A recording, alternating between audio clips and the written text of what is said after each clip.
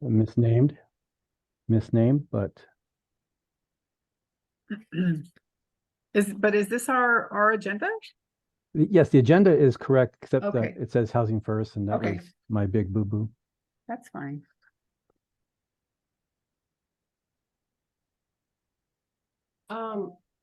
Jim, were you gonna lead the meeting or were you wanting me to do it? I was thinking you would, but if you need me to, I can. Shoot. Okay, sorry. Yes.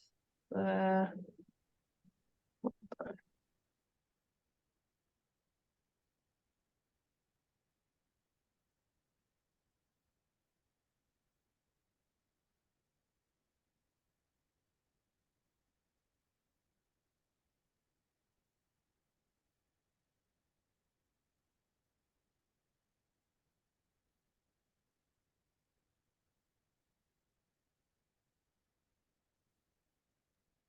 okay. The Housing First Subcommittee meeting has now commenced. It is September 20th at 4:05 p.m. This meeting is being held virtually due to COVID to allow for social distancing. For those who are dialing in, dial *6 on your phone. Please announce yourself prior to speaking. And this meeting is being recorded. We ask that you only use the chat function to request to speak or to announce that you are leaving the meeting so that we can track quorum. Votes will be done by way of roll call, not audio or the chat function. So next, is there anyone from the public who wanted to speak? Jay, this is Neto. Could you please make the correction that this is the Affordable Housing Subcommittee? Oh, sorry. Yes. That's all right. Affordable Housing Subcommittee. Thank you.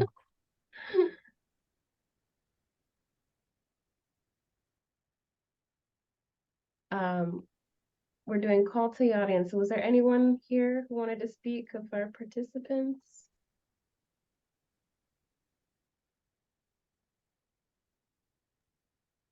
Okay, well, seeing none, we'll move on to the continued discussion of ADOH's draft, the QAP, the Qualified Allocation Plan. Jim.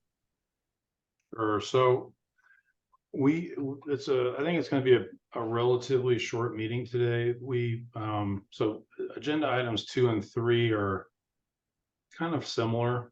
What I wanted to do today was to look at the draft QAP from the city of Tucson's perspective to understand if we would recommend to ADOH making any changes to the QAP to put the city of Tucson in a better position to get projects.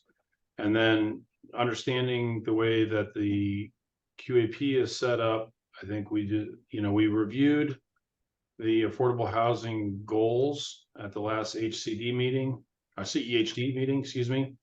And we got a little bit of feedback, but I want to just go through that one more time and make sure that we're all comfortable with it, because we do have some different people here this time than we did previously. So any comments or questions before I pull up the QAP? Yeah, I have a question, Jim. Do you know when the final comments are supposed to be submitted? I was trying to find, there was like the first draft comment deadline that I saw was September 8th. And then I reached out to them and asked if there was going to be a second draft, an additional round of comments. Do you know what that timing is? Yeah, they usually do 3 drafts and they've got comment periods. So I think they'll accept comments at any time. Okay. Obviously the sooner we get them in, the better. I agree. Anne had asked that, and when I was searching through their website, I was having a difficult time finding like a new deadline other than the September 8th, but I noticed that was just for the first draft. So that's good to know. I can look. Do you get the emails from ADOH? Yeah, I do. And I still have a hard time navigating their website. So excited about when they bring that into the 21st century. But yeah, it's good to know that we have time. I think I was nervous that we missed some sort of mark, but I think if you are under the impression we have time, I feel good about that. Yeah. No, they usually have several rounds of comments, and yeah. And Joe just posted in the chat. That's exactly what I had seen, was that first draft due September 8th. So, but I think that they're gonna send out another draft, and I think we'll be able to provide more feedback on that second draft too, so.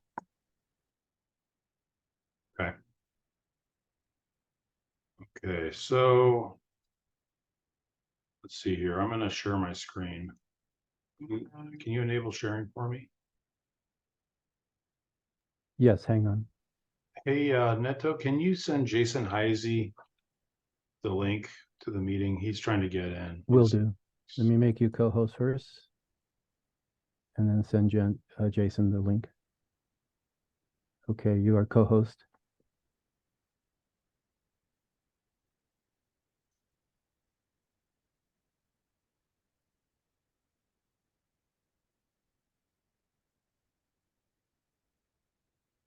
Can you guys see this? Yes.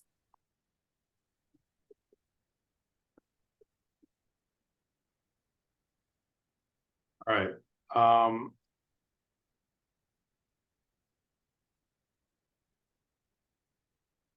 I'm trying to move my screen here. Okay.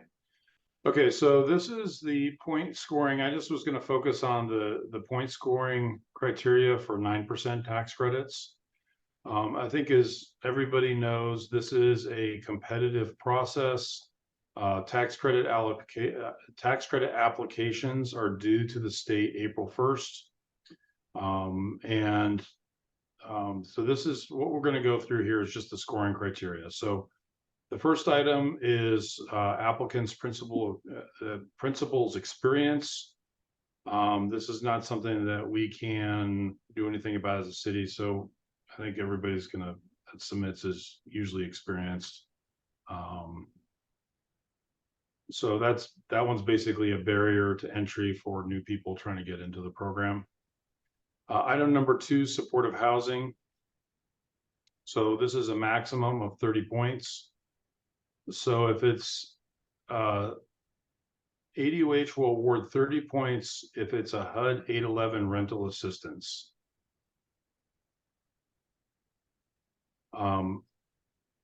I can't say I've ever seen an 811 project go through the tax credit program. Are you guys aware of any?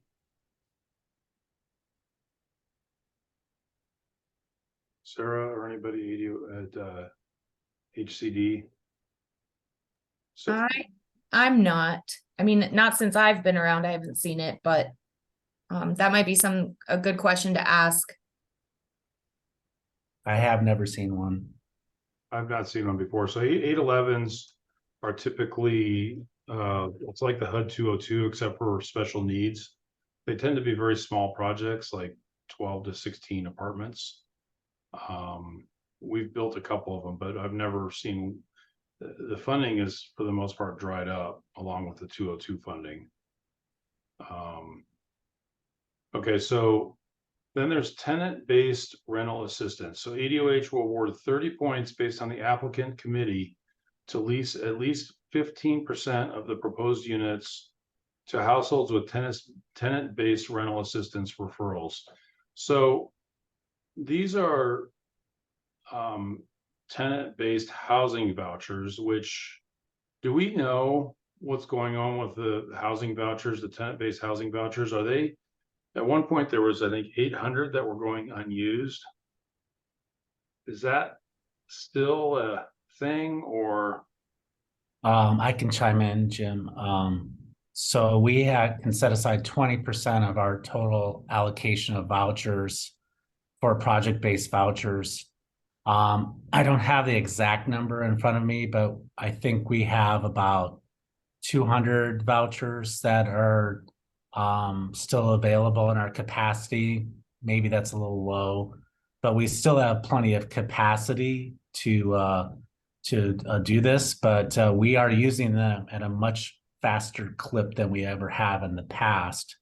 So I know that Ann Chinek, our interim director, is very concerned about this and would prefer that they don't put such a high emphasis on project-based vouchers. But I think for the next year or two, we are probably okay. Okay. So I believe, and do we have any developers here, Megan, or is Jason? So I believe in order to receive those 30 points, all the developer needs is a letter from the city stating that they support this. Is that it, Megan? Well, thank you. Terry, I was confused because it does say tenant-based and not project-based. So is it intended to be the project-based? I mean, it makes more sense, honestly, being project-based. And the city, I believe, is now trying to have an application process, like a competitive application process for the project-based vouchers, right? So I'm not certain. I think I'm a little confused on what this is. Yeah, I think Jim's question was project-based. As far as tenant-based vouchers, you know, again, we're in a situation now where we're doing a one-for-one replacement as someone goes off the program. But I don't anticipate that would be a major issue going forward by the time the applications are put in and awarded next year. I don't know that it makes sense on how the QAP is written though, because you wouldn't like, unless you typically would be having a set aside for tenant based, which is not like it reads as though it's project based. So I'm sorry, I'm a little bit too much of a novice to understand if they're actually meaning project based or if it is truly that you're setting aside for tenant based. My understanding is it's project-based is what they're Okay. looking for. Because Makes that's more the sense. I think that's what the one below is. This is tenant-based. So it's saying that 15% of the units will be for people who have a tenant-based housing voucher. And you have to commit to that. The other option is that 30% or more of the units can receive project-based vouchers. Mm. Yeah, Yeah. they're two separate ones. And so the first one is about tenant based and basically you're saying we will reserve 15% of the units to only go to those who have vouchers coming into the project, which I see as a positive. And especially knowing we have a lot of voucher holders out there who are having a hard time finding projects. So I think, or homes. And so I think that's that. And then the rental assistance section is the project based. And I think, and that's the one that I think we support the tenant base. And if people really do commit to that, I think that could help. But then, yes, you're right. The project based vouchers are that next section is what we're more concerned about from the city perspective as well. So Can go ahead. I ask one question? So then I guess Jim's point was, what do you need from the city? What is that? The applicant must have authority to bind the ownership entities. I mean, it's just that you essentially have ability to say, I'm setting aside these 15 and can do so. Does anyone know sort of what the mechanism is there or any potential issues? I think that's a great question. And maybe that's something that we could ask ADOH to clear up for us. But I think you're right. I think you're on the right track that it's intended that that there is a way to make sure that those are restricted, right? That you can't just promise it without then having the management entity and ownership entity be like, screw it, we don't need it. So having that authority to be sure that you can do that. Yeah. Can you ask your question again, Megan? Well, it was more like, what is the actual mechanism? I mean, the way I'm reading that is just that you as owner have authority to bind, but what is the binding? Is there an actual process? Like I'm guessing it's not a deed like you're not, I don't know exactly how property actually, what is that format that occurs? Yeah. So initially it is a contingent commitment letter from the city that goes with the application up to the state, not unlike a gap financing commitment that says that, yes, we will commit X number of housing vouchers at X dollar amount in order to meet the 30% threshold of the QAP, or in this case, the 15% threshold for tenant-based rental assistance.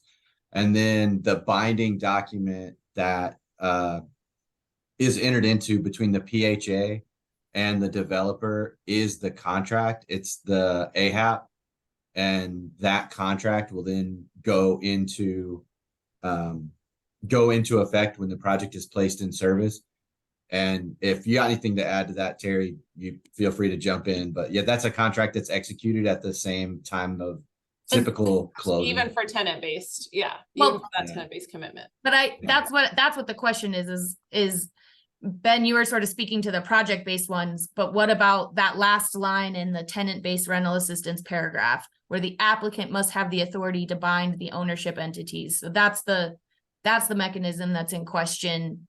And I think that I don't know, Megan, if it would be through a deed restriction or, you know, some way to set that aside. So I think we need clarity on that. What happened on Milagro? Don't ask me that question right now. I'm not prepared to answer it. Yeah, I'm not, I think and then maybe it's just within the development agreement, right? That it's stated that way. But I think we would want to ask ADOH what they would require for that to be, because that is a lot of points. And I could see more people saying, sure, we'll just put 15% towards tenant based. But also we just need to know what that agreement really is and what that looks like. So Ann has told me that project-based vouchers are basically gone, that there are no more. So is that a true statement? Is that a true statement? That is false. No, I'm just kidding. You know, we've had some discussions internally. You know, we do have a large pipeline of project-based voucher projects, you know, that have been awarded tax credits. So I think that my understanding is that we did have capacity to add more. So let me circle back to Ann. I do know that we are getting concerned, like I said earlier, that at this pace that we've been issuing or awarding project-based vouchers to projects, low-income housing tax credit, et cetera, that we are concerned about hitting our maximum. So I definitely need to circle back to Ann and make sure that I get that clarified for you, but that's a good question. So if the average project size is 75 apartments and to get the 30 points, we need 30% or more of the units, that's 23 per project, which means if we want to get 3 projects a year, that is 69 vouchers per year. Now the tiebreaker is unit count. So obviously there's going to, you know, everybody's going to want to maximize their unit count, but that means there's more vouchers. So, you know, if you want a safe number, I would say probably 75 per year for the next 2 years if we want to try to get 3 projects per year. You know, the good news is the city of Tucson is guaranteed 1 project per year because if the high scoring urban project is in Phoenix, the second one awarded will be the high scoring project in Pima County. And then after that, it's just opened up to scoring. So Phoenix, Maricopa County, and Pima County are each guaranteed 1 project. So if we do nothing, we know we're going to get 1. So it doesn't do us any good just to give them to 1 project and put all our eggs in 1 basket because we know we're going to get 1. So if we do it, we really want to try to do it to, I would say, a minimum of 3, and if we could, potentially 4. Okay, because if you put it in 3, there's no guarantee all 3 of those are going to get an award. So I guess that's kind of the question here is, you know, it's this option or this option. And if we can't do this, then we have to do this. We have to figure out what the mechanism is to get the tenant-based rental assistance. Or we have to ask for them to change the criteria. Yeah. Hey, Jim. Yeah. Hey, Jim, this is Jason. I guess I came in late because I couldn't get into the meeting, but the way that we've interpreted this tenant-based rental assistance is a 15% commitment for the number of units, right? And then you basically commit to taking 15% of your tenant population.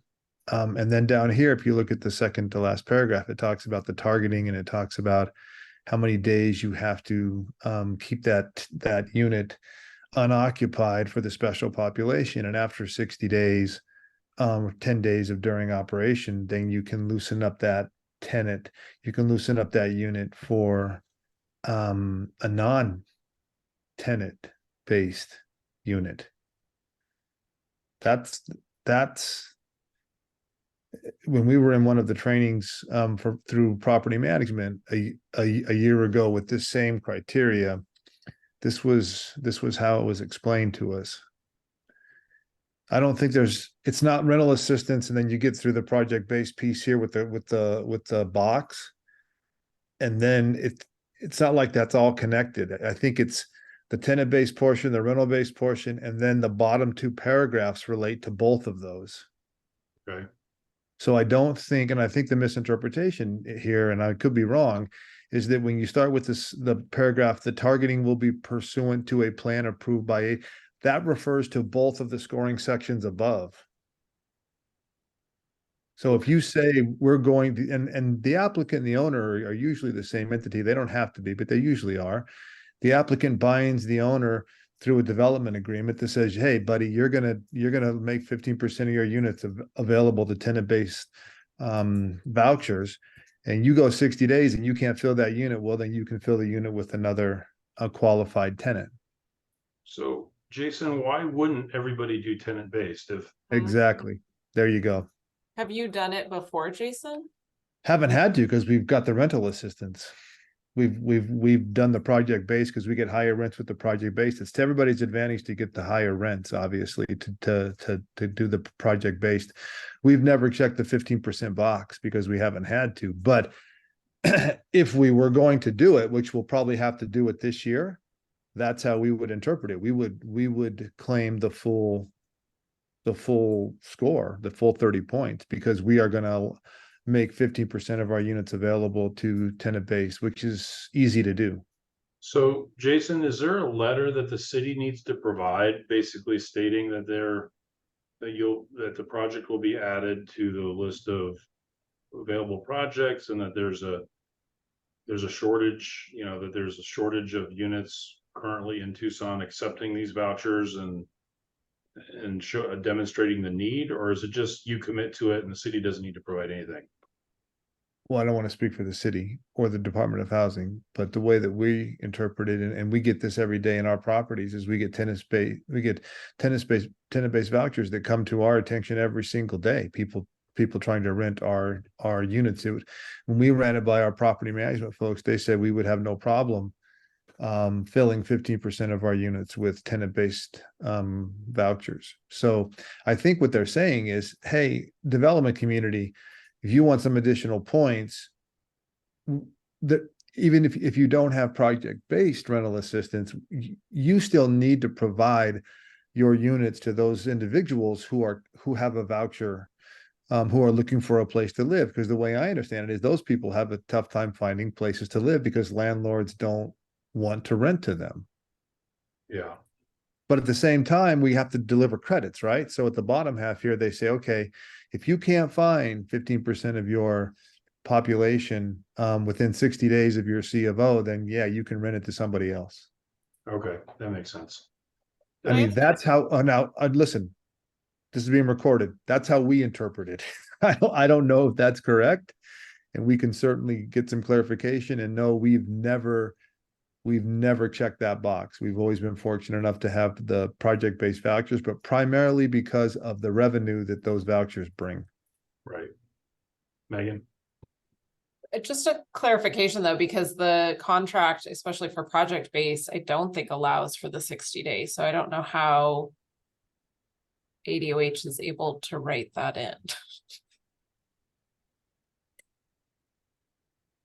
Maybe that's a separate question, but.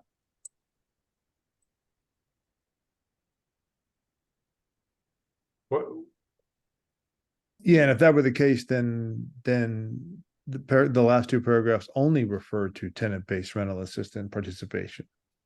Yeah, but it must not, that's just confusing to me because it doesn't seem like the current project-based program allows for that 60-day, but maybe there's a loophole I'm not aware of. Okay, well, this was my biggest concern with the QAP, because I knew that the project-based vouchers were going to be an issue, but Terry or Sarah, if, I don't know if you guys could maybe report back to this group what you think is going to be available for project-based vouchers. I think that would be, are you comfortable doing that? Yes, I'm very comfortable doing that. Okay. Okay, so item number 3 really has not changed. This is just proximity to amenities, and it gives the distance to different amenities. So within 2.5 miles, because we're a metro area, of shopping, medical facility, bus stop has to be a little bit closer.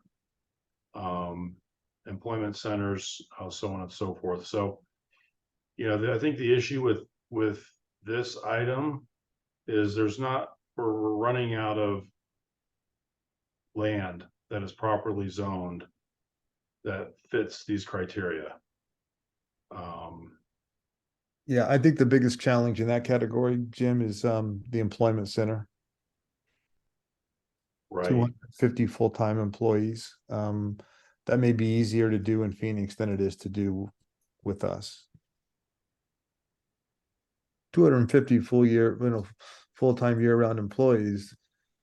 There really isn't a lot of them that are near land that can score with the supportive services, the bus routes, the community revitalization zones, zip codes, you know, or I guess zip codes are gone now. DDAs, QCTs. When you start doing the overlays, the hardest one to find, unless you're in the city center or near the Stone Oracle corridor, which there are a couple, is the 250 year-round full-time employees at the time of application.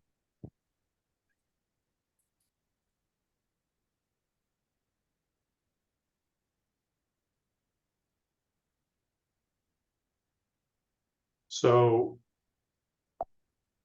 is there an ask there is there a request for a change there? Would 40 work? Or I don't know if we're going to get any relief from that one, Jim. Yeah. That's probably not a hill to die on right there. Yeah. I don't know. Did you guys touch on the state housing tax credit section of the QAP yet, or is that? No, we're just looking at the Okay. numbers right now. Gotcha. Okay. So, okay, so the next item is you get up to 10 points if it's in a QCT, a DDA, or community revitalization plan area. Can I interject on the last comment though? I mean, I do think that anything that we know is going to be detrimental to our community based on dynamics is not a bad thing for us to at least formally make a comment on. So I would actually encourage that. I mean, I agree it's unlikely to probably change, but I think it's still something that we should at least establish. We foresee this being an obstacle that is going to prohibit us from being awarded. And so at least have it in writing, if nothing else, so we can demonstrate that we already know that this is a challenge because we have a different dynamic in our community. Sarah, have you been tasked by HCD to start this letter? Do you need help from us, or what's? No, I have not been tasked with that, but I assume I probably will be tasked with that.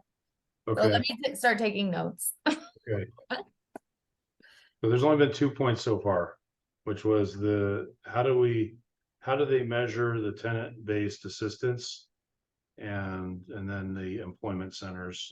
Tucson doesn't have a ton of them. Yep. That are 50 full-time year-round. Definitely.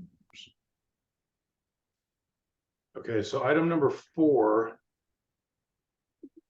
So do we have 2 community revitalization plans now? So there's the Thrive in 05, correct? That's considered a community revitalization plan?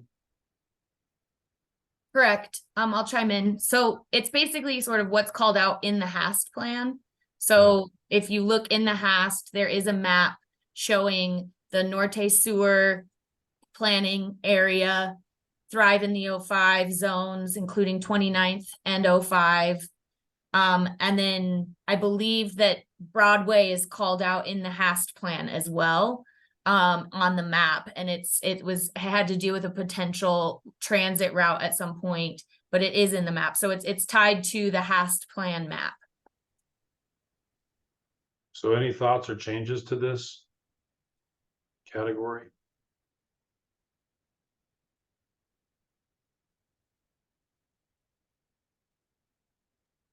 No, I do have a question, my own thoughts, not to drag it out, but we consistently sometimes see parcels that are adjacent to QCTs, right? Like a parcel that is almost in a QCT, but not. And I've tried to ask ADOH in the past what they do for situations like that. I feel like it would be, I don't know if they'll change anything in this, but to get more clarification on that, because in my mind, it can be sort of arbitrary sometimes if there's a vacant parcel that can be developed and it's got the zoning and it's, especially in Tucson, in a great spot, but it's not in a QCT, how that holds it back. And it literally is like a parcel line away. So just questioning of that and wondering if there's any guidance from them on that. How are QCTs and DDAs set? By the federal government. Yeah, it's through HUD. And But your tax credits are also based on that. So I mean, that's really a tied up in the federal, I mean, really what you're asking for, because that's gonna also be you need those boost credits to make this work as well. So. But HUD has to get some local input, correct? I think, well, it's all based off of census tract data and, poverty levels and, all the things. And so if you go onto the HUD user map that they have online and you can toggle between 2022 and 2023, it's interesting to see where certain things have changed.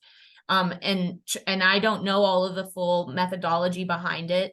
I do remember sitting in a Novogradac training over a year ago when I first started and hearing statements about determinations at state levels for QCT, because they understand that is difficult and arbitrary ultimately at the end of the day, especially when you're talking about parcel to parcel and you're not in it, but you're right next to it. So I'm not sure if that's something that's going to change at the federal level as they work through the Tax Credit Act. But I do think that if there's room that the state can support us a little more. And like I said, from that Novogradac training, it sort of made it seem like some states do provide an administrative determination that if you are adjacent, you still get the points or you get something, so that we're not just drawing these hard and fast lines in the sand. What about DDAs? Are those also set by HUD? Yeah, they're both on that same map, on the HUD user map. And then here in Tucson, our DDAs are really the outside, sprawly kind of areas, and it's difficult development areas, right? So it's like where infrastructure may be more difficult to obtain, et cetera. Okay. Hey, Sarah, we've been up that poll and we received no cooperation. And I don't mean cooperation, just there was no flexibility. I mean, as long as the QAP said QCT and DDA, unless it said something like, and your parcel is adjacent to a QCT or within X miles of a QCT, I mean, the Department of Housing would have to make some type of qualification. But I think the boost is federal, right? The 30% boost. Yeah. And that's based on that federal calculations and data. And if you do look at the QCTs and the DDAs and here's the hard part is those things change at the first of the year, right? So you may have a project that is in the QCT when you start your project in November, and then come January, you're outside the QCT. I have seen determinations we saw it for a recent attempt at an application. They were in a DDA the previous year, but not in a DDA this year. And there was a ADOH did say that if it was in it last year, but it's not in it this year, that they will still honor that as being in the DDA, even though it's switched. So I do know that they've allowed that to happen, but you know, I have never gotten real clarification from them. And I think you're right. They do hold fast on this, but I personally think it's something that could hinder us from development. I already see it on 2 parcels that the city owns where we're just right outside of a QCT, and they're really great parcels for affordable housing. So, you know, how can we support those projects as well? Yeah, and what we found also is that the QCTs and the DDAs usually don't necessarily overlap. So they are different geographical areas. And I think the department tried to do something this year with this category because they basically gave you 3 options with the revitalization zone and then the QCT and the DDA. So, you know, the idea is you get 2 of the 3, you max out the category. All right. So, yeah, so moving on, community Wi-Fi, obviously everybody's gonna do that.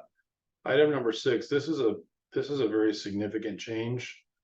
So they went from 15 points to a maximum of 30 points. So this is below market loans and local support. So local gap financing will receive 10 points, and that basically means that the city must contribute a minimum of $500,000 per project.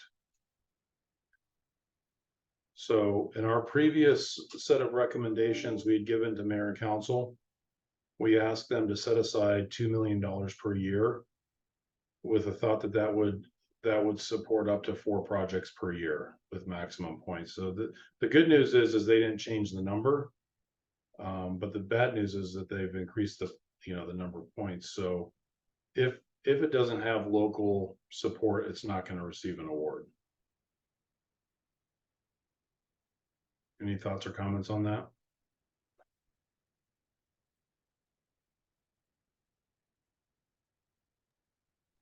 Yeah, I just want to say, and I know some of the people are already familiar with this, that we time the home investment partnerships requests for project proposals to the LIHTC schedule to provide $500,000 per project, and typically put out a RFP for around $2 to $2.5 million a year. And that happens in January? It will be put out in either late October, early November for applications, and then for award in January, and commitment at the same time to make sure everybody has the information and the award that they need to submit on the timing for the LIHTC applications. How do you do your scoring criteria for that? Our scoring criteria is laid out. The evaluation criteria is in the RFP. It's not unlike the criteria that you're looking at for the state right now: location, access to amenities, access to medical care, transit, etc. A lot of those same things, but also the threshold criteria are meeting regulatory thresholds, and then the evaluation criteria are for more qualitative items throughout. Yeah, and I can share those anytime. It's all a public well, record. yeah, I want to make sure soon. that, obviously if you have competing criteria or to score for the city's awards, it won't score. You want to make sure they're kind of lined up. They are. Yeah. Megan? And now I have a quick question on that, Ben. That's outside of the 2 million that Jim was speaking about, right? That's coming from general funds. These are home funds. Yeah, that's home. That's straight home. So yeah. under local gap financing there where it says home investment partnership, yes, not general funds that are being recommended. And if that general fund was to be rolled out, if it could be rolled out in its own RFP, or it could be rolled into an RFP for gap financing, that's something that we would discuss later on if we were directed by mayor and council, how we would execute that and get that on the street. And I think I was just going to put in a plug that the other exciting thing is that Pima County Board of Supervisors has established their own gap funding, which will be, they have linked that RFP cycle. The intention is to link it so that it will also support the LIHTC proposals. So I think I think we're better placed than we've been in years in the community to have this local support, which is really exciting. Unfortunately, I would say that gap need is larger than ever. So I think developers could need everything that's available. So, Hey, Jim, even though that category is 30 points, it's broken up into 3 different sections. So right, gap money is only 10 points. And it would take a very creative project to score the full 30, because you have a historical rehab piece and you also have a land lease piece.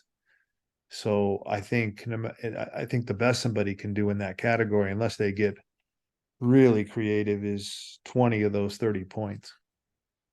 agreed. Yeah, so the historic, I'm not quite sure how the historic works with new construction. That's more of a for rehab, correct? Well, it says they just have to be eligible for the federal historic rehabilitation tax credit. So you're talking about a contributing structure, I would assume, would score. You wouldn't have to use the historical credit. You just would need to be eligible for it. But this is under 9% new construction. I think, Jim, I don't know how many other projects were submitted the way that No Tell Motel was submitted, right? Our Milagro and Oracle project was a 9% new construction, but we did have 2 adaptive reuse historic buildings on the site, but we were still classified as new construction with adaptive reuse. And, you know, we would have been able to potentially go for this historic tax credit, but we ended up not going for historic tax credits on the Milagro and Oracle project. But I don't know if that's why they put that in here, but it does seem like it's very limited and there's not a lot of projects that, you know, are new construction with adaptive reuse elements to them. So I do think it's something to sort of clarify with ADOH as to what, you know, what they think this is, or is it meant to be for the, you know, the rehab section? Well, it does say eligible. Now, it doesn't say you're getting the federal historic tax credits. It says it's eligible for those. Yeah. Mhm. Where I do think where the city can really make a difference in this category is with the land lease piece, because that's where the local government's a direct player and it's a 10-point category. So if the city had land they were leasing to a developer, that there's a distinct advantage right there.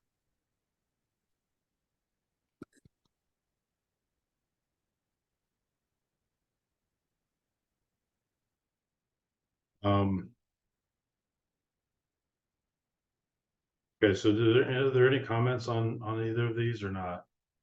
Back to ADOH or recommendations that need to go back to the city?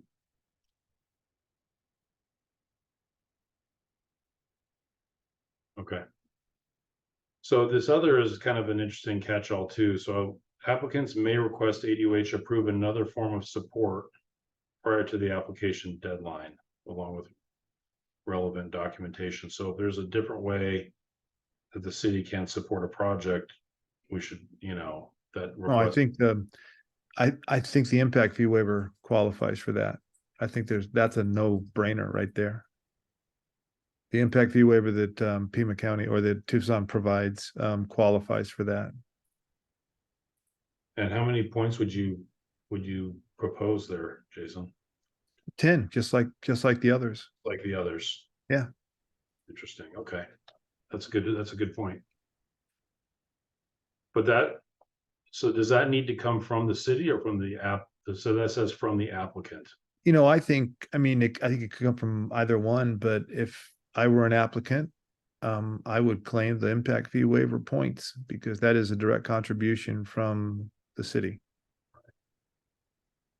Right. So the zip code one went away, which is a win. And then the second phase is one away. Hey, Jim, Yeah. you were at the QAP hearing. I think that second phase is coming back. Oh, really? Well, I mean, if I anybody actually missed it. I missed it. I had to. Oh, you missed it? Well, if Yeah. you would have, the majority of all the comments were based around the elimination of the phase 2 portion of the QAP. So I got a strange feeling that in the next version, there's gonna be something in there related to phase 2 points. Yeah, So I Okay. wouldn't necessarily just dismiss that one because I think that's gonna happen. well, my understanding was this was only here because of this. So if you didn't get the points for being in a zip code, but it was always intended to have a subsequent phase, it didn't penalize you. That was my understanding of the subsequent phase. So since, Yeah, I mean, yeah, but I mean, if you were to, I mean, if you look at some of the people that have projects that have multiple phases to them, and they basically made those decisions based upon the last 2 years QAP. I think there's going to be a lot of, I'm not going to say pressure, but there's going to be a lot of input on that piece. interesting, And okay, I think you're right, Jim, that that's kind of how it was laid out, but I do think that in reality, we're seeing more developers seeing opportunity in phasing of projects. And so now it's kind of just become a separate issue, not necessarily tied. I think ADOH tied it to the zip code thing, like you said, but like Jason's saying, I do think we're seeing more developers leaning towards phasing to help make certain projects pencil. And yeah, and it was right. That was a big discussion. So I do think we'll see it come back. well, there's no question that, when you have multiple phases, that it helps in terms of your, ongoing costs and, the economies of scale. Because you can share your leasing costs, your maintenance costs, any supportive services. You can spread those out across more apartments, and it just makes everything more efficient. So there is an argument from that perspective. Okay, number 7.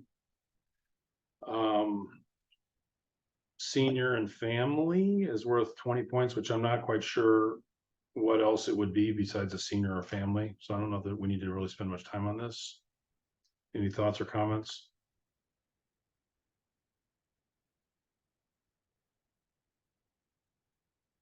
Okay, smoke-free development. Everybody's gonna take those 5 points. Same thing with energy efficiency.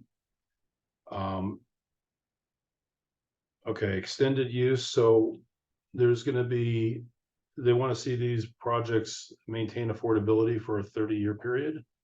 I think it's just a good thing. Any comments here?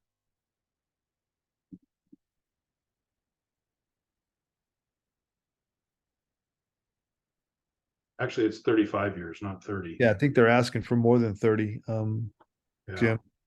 Yeah. So it's an additional 20 years. 5 years for each additional 5 years, up to 20 years. So they're asking for a 35-year affordability period, which I think from the city's perspective is not a bad thing.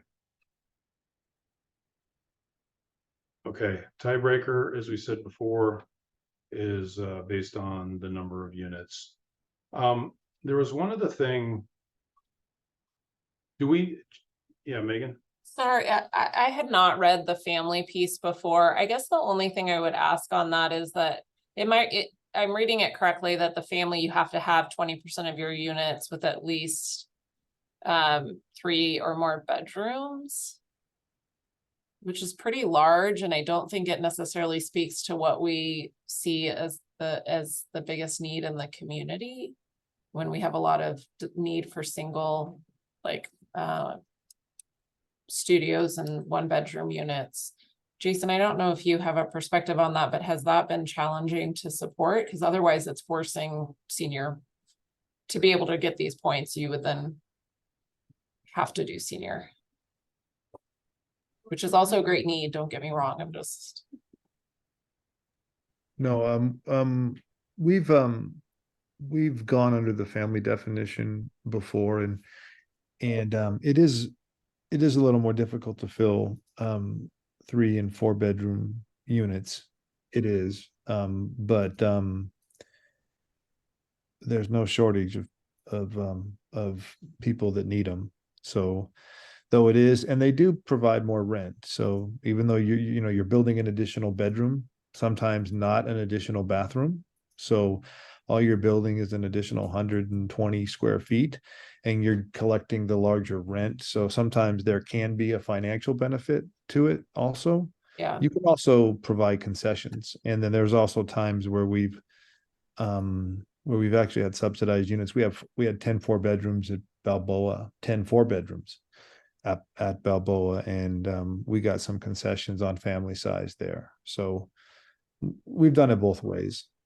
it might not be feedback here, but that is an interesting point. And as maybe there's more data or information around need going forward, maybe from the county's dashboard project, this would be an interesting one to really understand if it matches what the current needs in the community are, or if that's kind of counterproductive to what we need.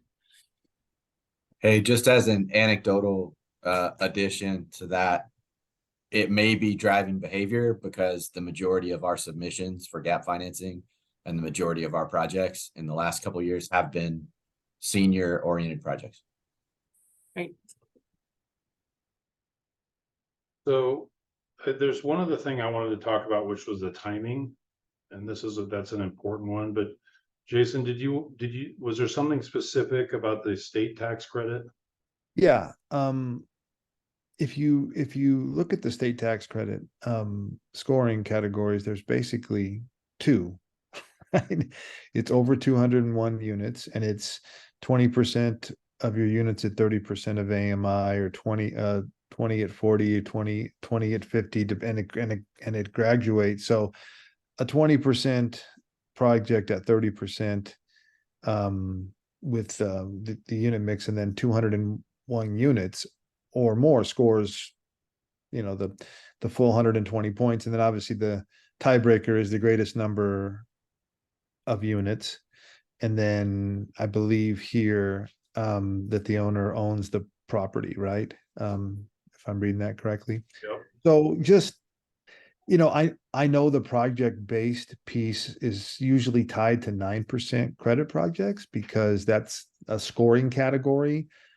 But if there is a 4% tax credit project that is trying to win the state housing tax credit, which it's $1 million, $1 million in credits, it's 55 or 60 cents a credit. So you're going to bring in, $5 or $6 million of equity into a project. That's not something to just pass over. If you could make a deal work, getting the additional rent from project-based Section 8 units, getting the additional rent would bring in additional sources. You'd obviously be able to leverage a little more money on the perm side. So I don't think that the project-based is just tied to 9%, because I think you could help pencil some 4% credit deals by having project-based Section 8 in those projects as well. Specifically when you're talking about 20% of your units at 30% of AMI to get the maximum scoring. So I wouldn't want us to just overlook that. I know we haven't won the state housing tax credit the last 2 years. Obviously half of the 4 million goes to rural, and then the other 2 million usually goes to Gorman. So it's there's a million and a million, right? But I think Tucson could compete in those categories with a little bit higher rents. That's one of the biggest knocks on Tucson versus Phoenix is the rent structure. So having project-based Section 8 rents helps. I just didn't want to. I didn't want us to think that there was only benefit to the 9%. We actually did get one state tax credit award in Tucson 2 years ago. That was the project down off of Valencia by Impact Residential. Mm-hmm.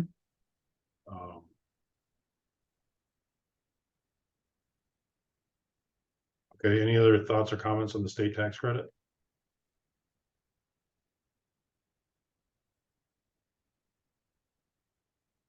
Okay, so the last thing I just wanted to review here was the mandatory construction start date, and this is a pretty big issue, and this is a new criteria.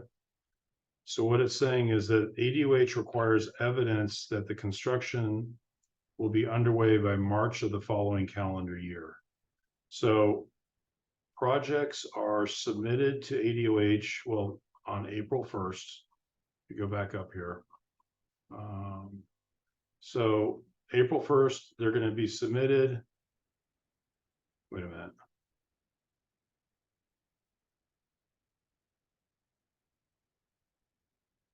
Yeah, for the 9%.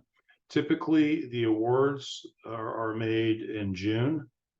And so basically you've got July through March of the following year. So about July, August, September, October, November, December, January, February, March. You got 9 months to develop full construction drawings, get all the approvals in place, get all the construction contracts in place.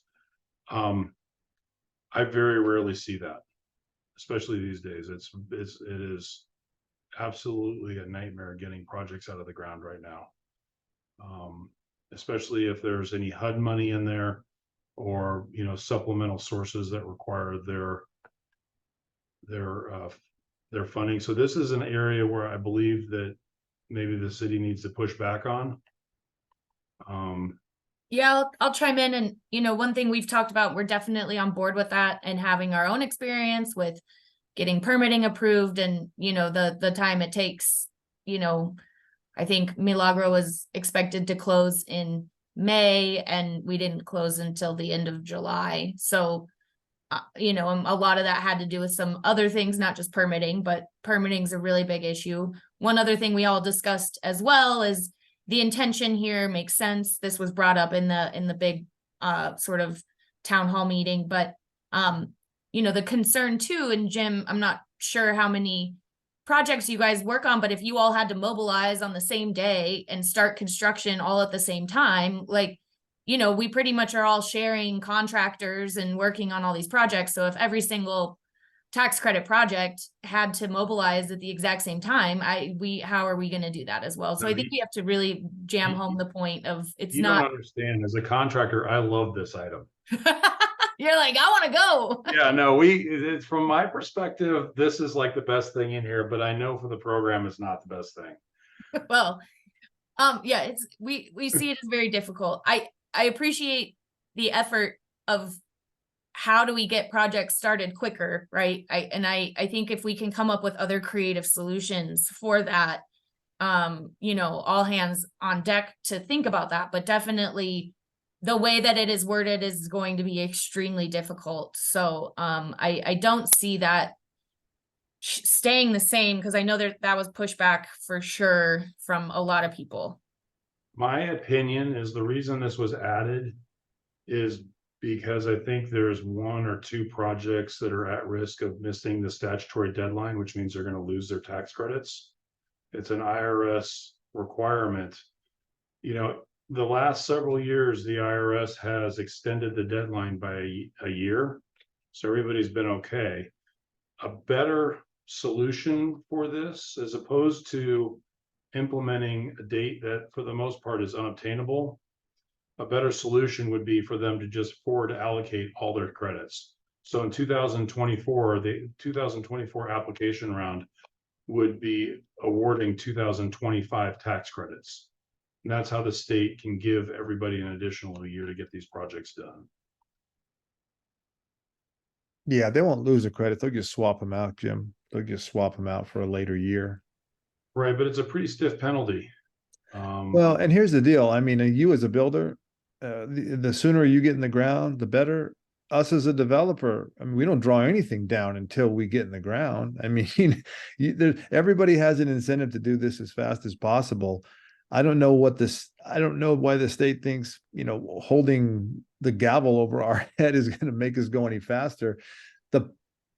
Nothing starts flowing until we close these things anyway. Usually you're in some massive pre-development state where you're out $1 million or so trying to get a deal to the finish line. I mean, you don't need any more incentive to close these things, let alone punishment, right?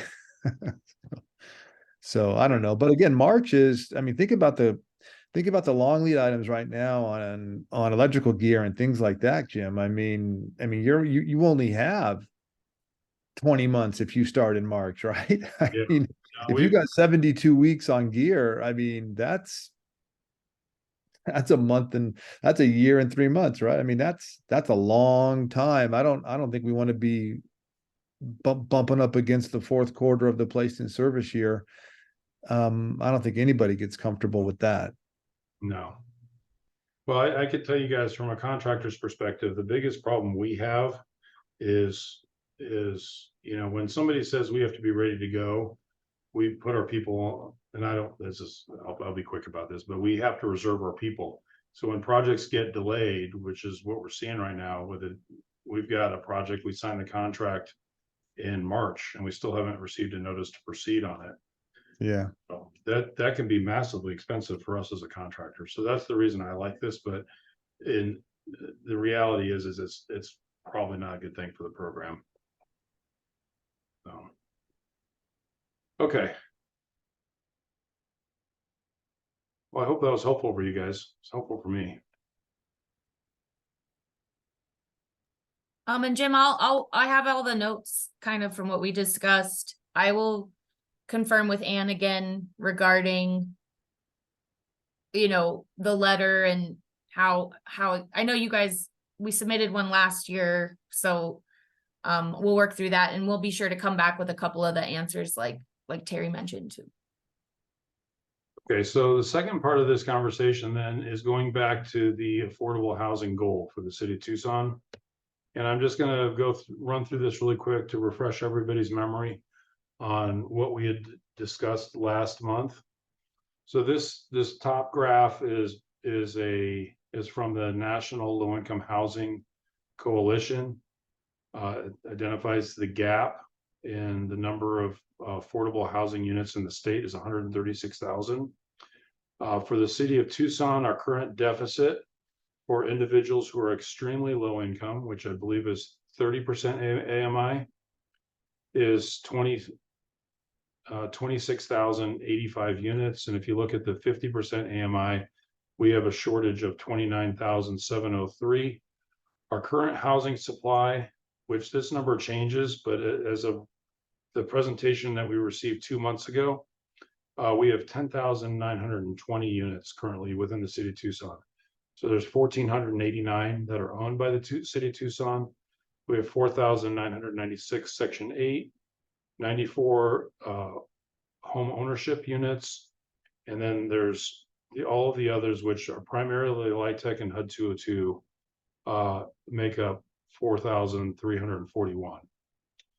So there are 1,882 units which are at risk of falling out of the affordability between now and 2030.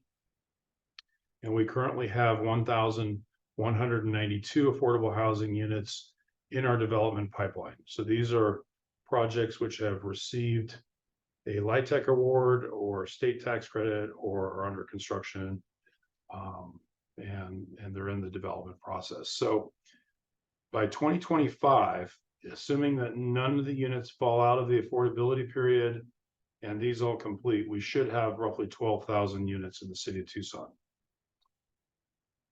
So we went through our goals last time. We increased these. So we went from 2 9% tax credit projects per year to 3, and then 1 4% to 2 4%. The 200 is probably not a good goal now, given we just saw about the state tax credit. But I think most of the 4% tax credit projects I see are around 200 Mas or Menos. We put a goal of 50 home ownership units and then 80 other units for a total of 775 units. So assuming there's a 2 to 3 year development cycle for new projects, all projects in operation by 2030 need to have funding commitment by 2028, which is 5 years from now.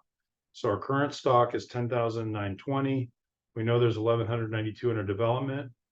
We're assuming 250 fall out of affordability And this, if we add 775 units per year for the next 5 years, that's another 3,775 for a total of 15,637, which doesn't sound bad until you look back at what our gap is.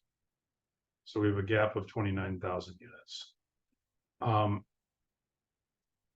Phoenix, I don't remember who said this, but Phoenix has set an affordable housing goal of 50,000 units. And one of the things that I like about that goal is it's a number that everybody can remember.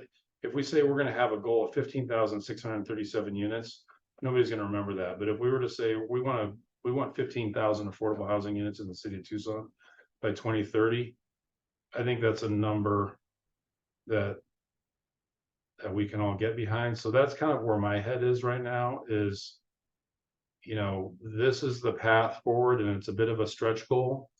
But if we say we want to have 15,000 apartments, affordable housing apartments in the city of Tucson by 2030, I think that's a goal that we can remember and we can measure against. So I guess I'd like to open this back up to the group before we present this back to the commission, and I'm hoping we can approve it at our next commission meeting in October.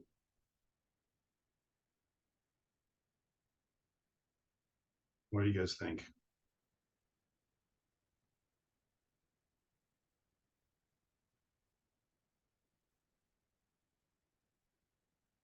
Does anybody have an opinion on keeping it a round number versus a number like this, 15,637?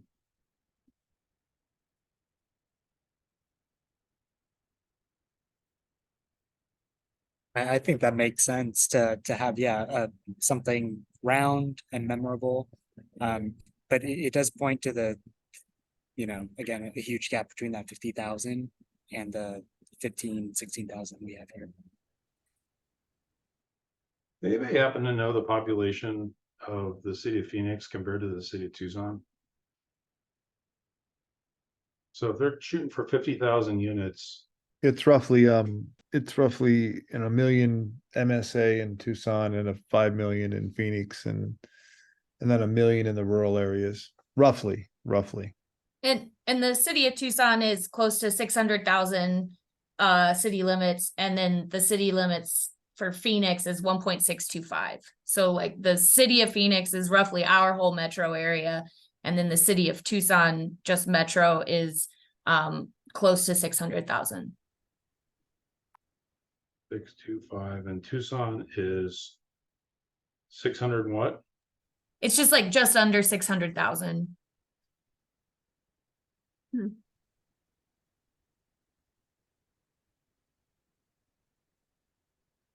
It's 543,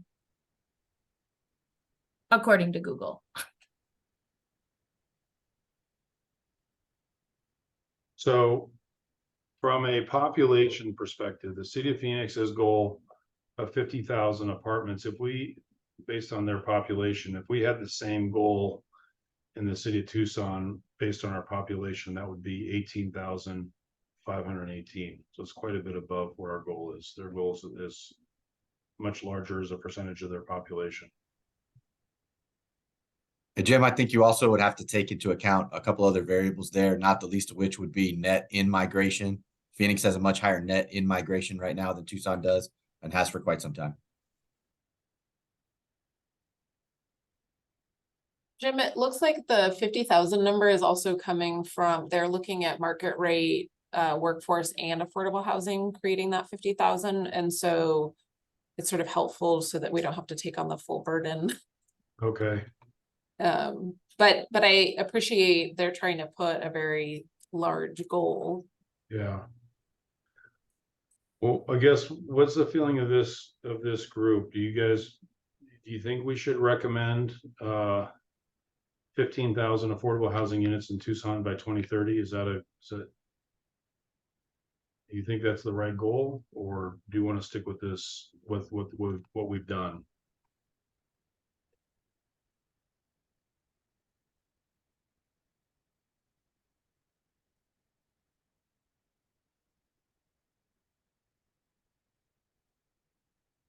Shay, do you have any thoughts Not to call you out.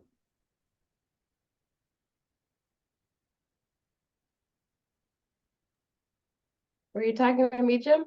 Yeah, I mean, I'm not the expert here, but I think it makes sense. I think it's realistic and I think that's important. But I also think that like we should continue conversations as a commission as to how we fill the gap. I mean, maybe that's what, you know, this is just looking at LIHTC, and I think that there's other ways that we can go about thinking about how that need is met. And you know, the reality is to me is that, you know, in the public sector, on the public side, what's available, you know, as far as funding, it's not going to be able to meet the need, right? So then how does the city incentivize the private sector or other aspects of the market to further close that gap that aren't going to be reliant on public subsidy? So I think that there could be further conversations about how to close the gap, but I think for this, just looking at public funding and what's publicly available makes sense. Joe. I'm all for alternatives, and you know, we haven't really had discussions about possible funding programs for the stuff I always advocate for: land trust expansion, co-op lending programs, stuff like that. Specifically with regard to the number, I don't think having a round number is a bad idea. But if you're saying 755 per year and you want to round down 15,637 to 15,000, you're leaving out a whole year, almost. You know. Maybe it's 15,000 by 2029, or maybe if you want to do a round number, I don't know. It doesn't seem to lend itself easily to rounding. The reality is the development cycles is more like a 3, maybe a 3.5 year development cycle. So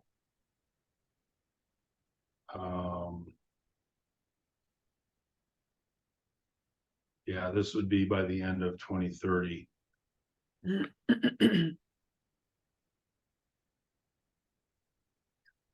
I agree with, you know, Shay, that we also need to include, you know, more homeownership units in here. And I've kind of said before, I know like the development cycle is long, but we have, you know, existing single family homes that can be, you know, converted to affordable homeownership opportunities.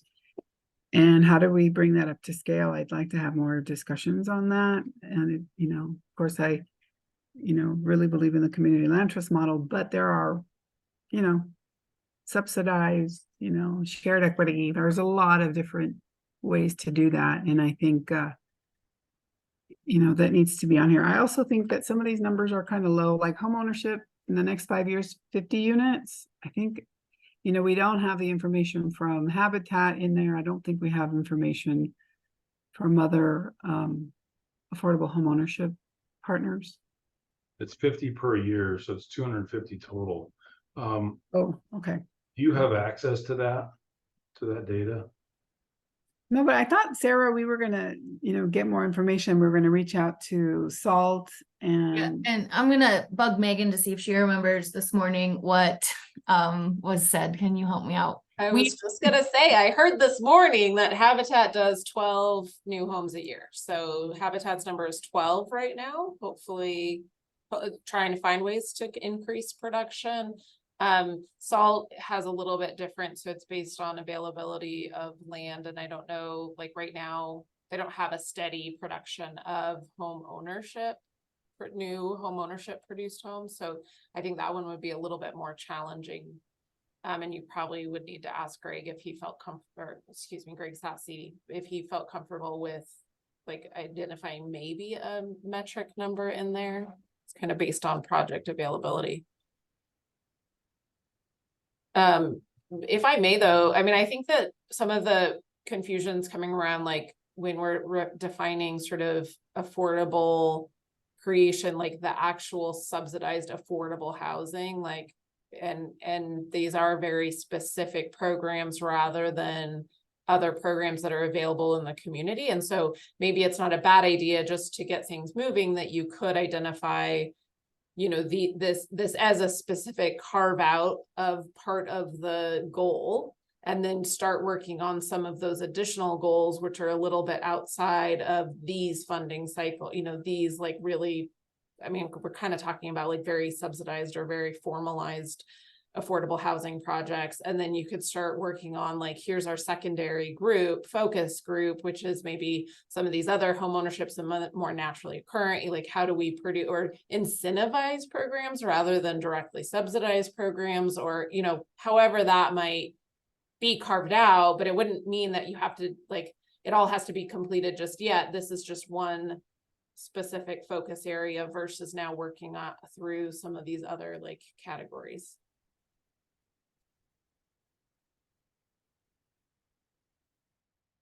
So I'm trying to boil this down to the commission in general did not have a ton of feedback, and I think we had been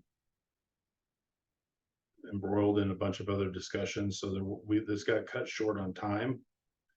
And I thought that we'd represent it this next month. But I guess it sounds like it's the desire of this group to keep it the way it is, because we do have homeownership at 50 units per year, and we have other non-LIHTC at 80 units per year. So that's, you know, that's going to be, what is it, 130 times 5? That's going to be 650 650 units over 5 years. Between those two categories, that's a lot of units.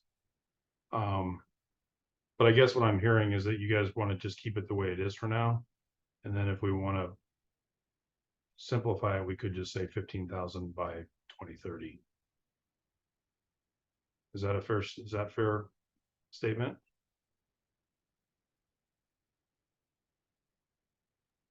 Yes. I like the idea of a simple 15,000. Although I would round up to 16,000, but it's not as catchy or memorable. Well, you know, given that we know we've got 10,920, so it's a significant improvement over what we have right now. And I think if we focus on that, say right now there's 10,920, we want to be to 15,000 by 2030. I do think that that's a simple talking point that everybody could get behind. Okay.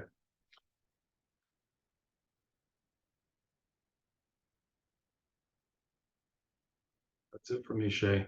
We can continue. Okay.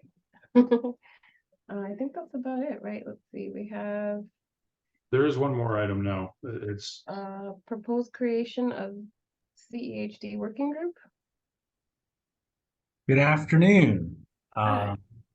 Most of you know who I am. I'm Terry Galligan. I'm the Deputy Director here for HCD. And I have some exciting news to share with you all today. I'm not sure if you were aware, but Ann Chineka made a presentation at the Mayor and Council meeting last night. It was actually for the Board of Commissioners, and it was on our public housing financial stability plan.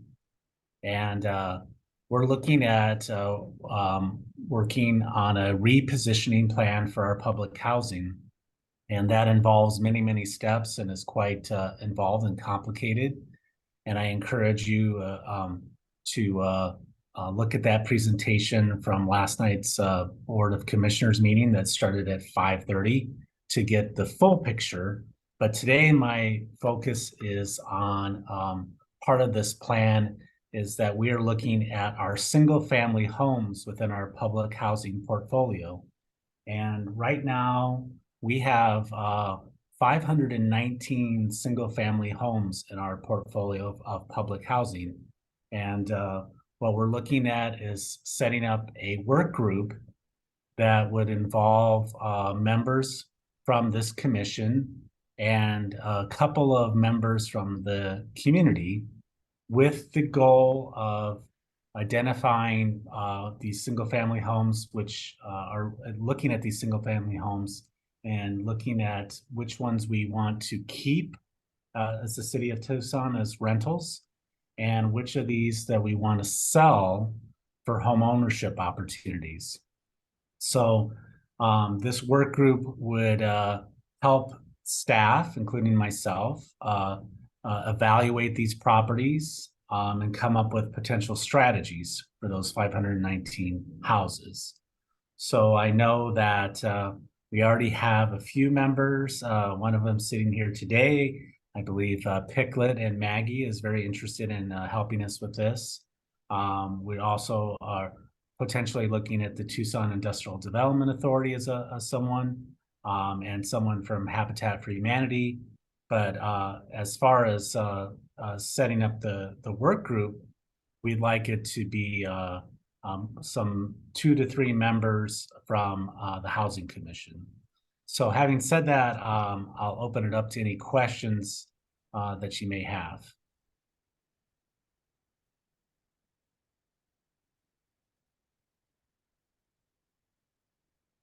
Come on, Maggie, you have to have a question. I do actually. So does it have to be a commission member, or can I have Gigi do it? She's probably the. Yeah, I mean, I thought the idea was that we would have the commission kind of be provide some of the core group of this. But as far as we're open to having other members from the public and not-for-profits participate. So yes, you could delegate that. You're allowed to do that, Maggie. Yeah, well, she's the developer person. Yeah. So it's a pretty exciting opportunity. We can see that we've talked about one of the things that maybe hasn't been discussed a lot in the last couple of years is home ownership opportunities. And with these houses, these single family homes, we hope to fix up a number of these and sell those to low and moderate income households, families. So that's one option. And other things that we could do is fix them up and, keep them as rentals. So I think it'll be an exciting group to participate in. So I'm bringing it to this subcommittee today with the hopes that within the next month, we can solicit a few members from the commission to volunteer for this work group. I have an idea that maybe we'll try to have our first meeting in late October, early November, have probably a series of 3 to 5 meetings, come back with a plan and start putting that plan, implementing that plan in early 2024. Obviously, the plan this complicated, this many houses will probably take several years to actually implement, but we want to have the plan in place by the end of the year with starting the plan in early 2024. So that's the timeline that I'm looking at. So that was all I wanted to say. If there's no questions, I'll be following up with Jim and some of the other leaders of the commission to make sure that we make a more formal ask. Yeah, I think, Terry, it'd be good if we did that with the overall commission. So Maggie, I'm assuming this is right in your wheelhouse. Yeah. Refresh my memory. Is it Wendy or Lori that's also doing this, working on the single family for sale stuff? Are either of them? They're not? I think I'm it. You're it in the commission? I think so. Yeah. We need more homeownership people on the commission, I think. Maggie's the last in standing, except for Habitat and their 12 homes a year, which are important. Yeah. I'll just chime in and say this excites me. Where I came from in Colorado, we did a lot of home ownership. I think our scattered site home ownership was really progressive to really get these sites throughout our community. But I do think the model of keeping them in public housing and the maintenance and some of the difficulties that are arising, I'm super excited to see how we can keep these in this affordable inventory and, you know, go with the land trust model, go with deed restriction model, and keep these affordable in perpetuity. So as someone who loves affordable home ownership as well, I'm geeked out too. Terry and I geek out about it all the time when we get a chance. So I'm really excited about the opportunities here. I think that the work a lot of it has been done. I think it can be modeled, this is what I thought last time it was presented. It can be modeled like the NSP program was which is how we started. Kind of, if you want to look at those contracts and stuff. Sure, thank you. Terry, what do you anticipate as a time commitment? Like I said, I think 3 to 5 meetings over the next several months. I would anticipate the meeting time would be an hour to hour and a half each meeting. So yeah, I'd say, by the end of the year, early January, early next year, we'd have a plan put in place and present it to I think we go forward with that. Any decision that we make has to go back to the city council, which is actually the board of commissioners, which are the city council members. So, that's the goal, is to have a plan, and then in order to get it approved, we'd have to take it back to the board of commissioners. You have a question, Joe? Yeah, we're talking about units that are currently public housing units, correct? Yes, that is correct. Will there be opportunity for input from current public housing residents as to that future? Yes, definitely. And we program called the Family Self-Sufficiency Program that also is an opportunity for home ownership for our housing choice voucher and public housing folks that want to enroll in that program to become homeowners. So not only will they have input, they will also have an opportunity to purchase some of these homes, maybe even the home that they're currently living in. Thank you. So if there's not any more questions, I know we're hitting 5:31, so I'll turn it back over to Jim. Actually, Shay, you want to close it out?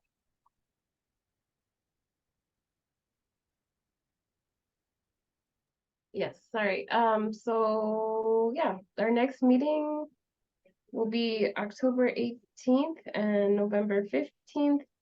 And the general commission meeting will be on October 5th. So if there's nothing else, we'll go ahead and adjourn the meeting. Actually, one last question. So one last thing I just want to say, we're talking about getting some facilitators to help us with a strategic planning session so we can set better goals. And so I guess as a homework assignment for the commissioners, we talk about a lot of things, but if you have specific goals, let's get them in writing and let's get them to Shay and me so we can make sure we could get those to the facilitators. I think we're in a little bit of an awkward place right now as a commission, and we're trying to search for, how do we add value going forward? Because our time is all valuable, and we want to make sure that what we're doing is making a difference. Do you have a timeline on when you would like? I think this next meeting so last meeting we voted to approve it. Anne is working on getting the facilitators approved. I'm thinking they're going to probably begin in November. So each of the facilitators is going to want to meet with the chairs of the subcommittees and me to kind of talk about what we think we should be doing. And so I would say sometime in the next 4 weeks. Okay. Yeah.